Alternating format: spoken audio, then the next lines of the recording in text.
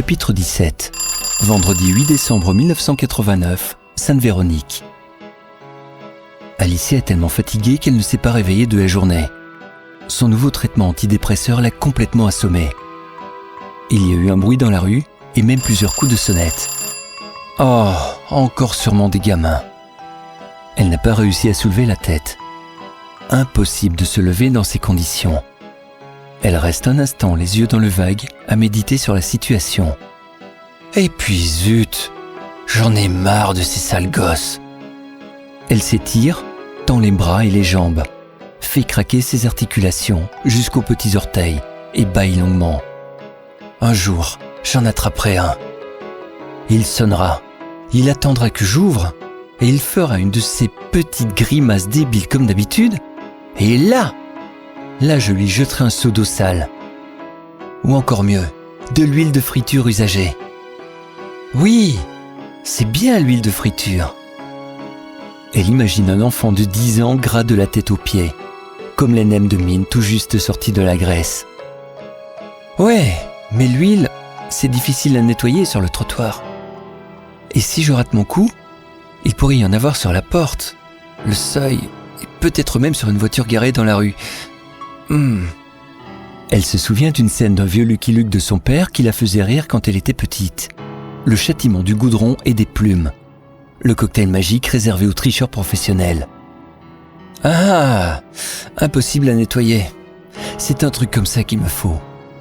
Les mères de ces petites raclures vont bien le regretter de les avoir mis au monde.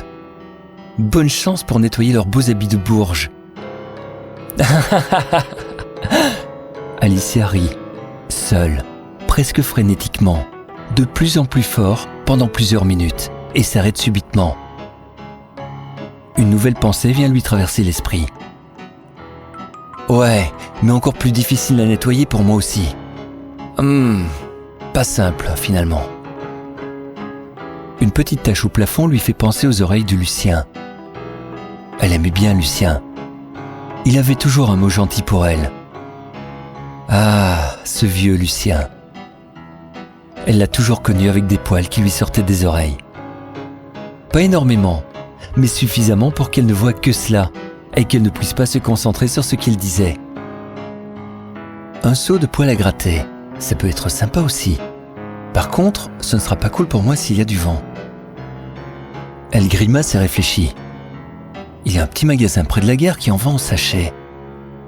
Ah, des petits sachets. Mais quelle quantité de poils à gratter y a-t-il dans un sachet ? 5 grammes, 10 grammes ? C'est sûr, c'est léger. Bon, disons qu'un sachet pèse 5 grammes et que ça coûte 1 franc.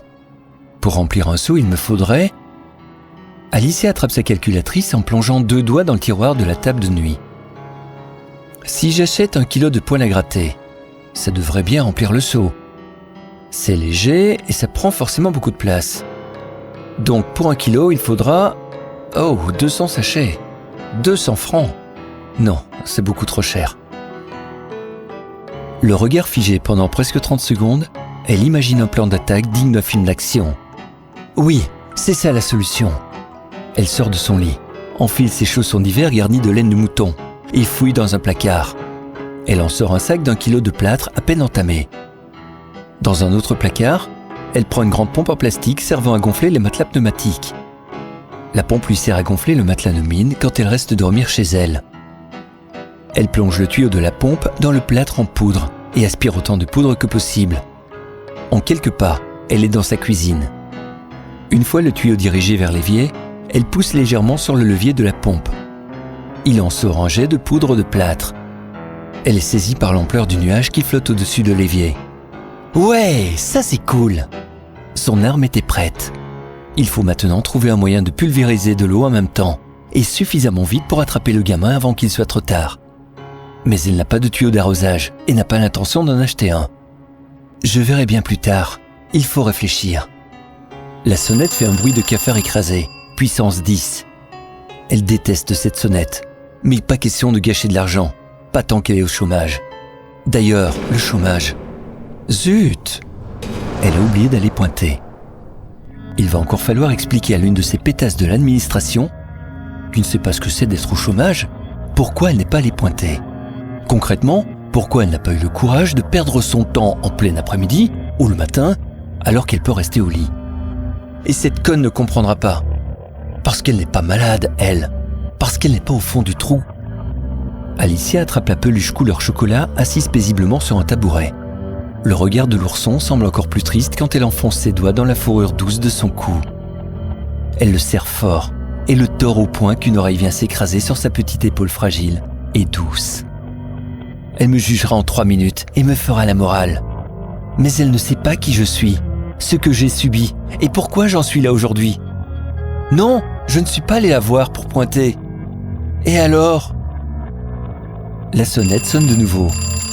2 coups brefs et un coup plus long. Ah, c'est Mine, c'est son signal. Alicia reprend ses esprits et cesse de divaguer. Elle court dans le hall d'entrée.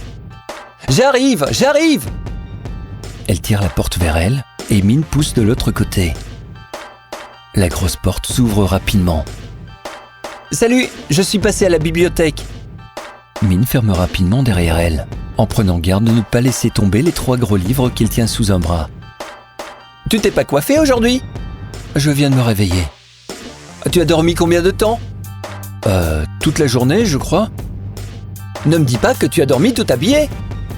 Si, je viens de me réveiller. Eh bien, ma belle, t'as dû passer une mauvaise nuit. Alicia fait une grimace censée simuler une émotion que son amie ne put décoder. Elle est confuse, perdue dans ses pensées. Que s'est-il passé ? Elles ont encore pris une cuite à la vodka ? Ou a-t-elle encore été malade avec la cuisine expérimentale de Mine ? Alicia, ça va ? Oui, ça va. Désolé, je réfléchissais. Oui, j'ai vu. T'es un peu bizarre des fois. Je suis un peu malade. Ah oui, je vois ça. Et mon frère ? Ton frère ? Mine surprise par la question la fixe du regard avec étonnement. Bah oui. Où il est ? T'es sûr que tu vas bien ? T'as vraiment l'air défoncé. Tu devrais aller prendre une douche et après on va faire un tour à la supérette et on va trouver un truc à manger. Ça te fera du bien. Tu as besoin de sortir.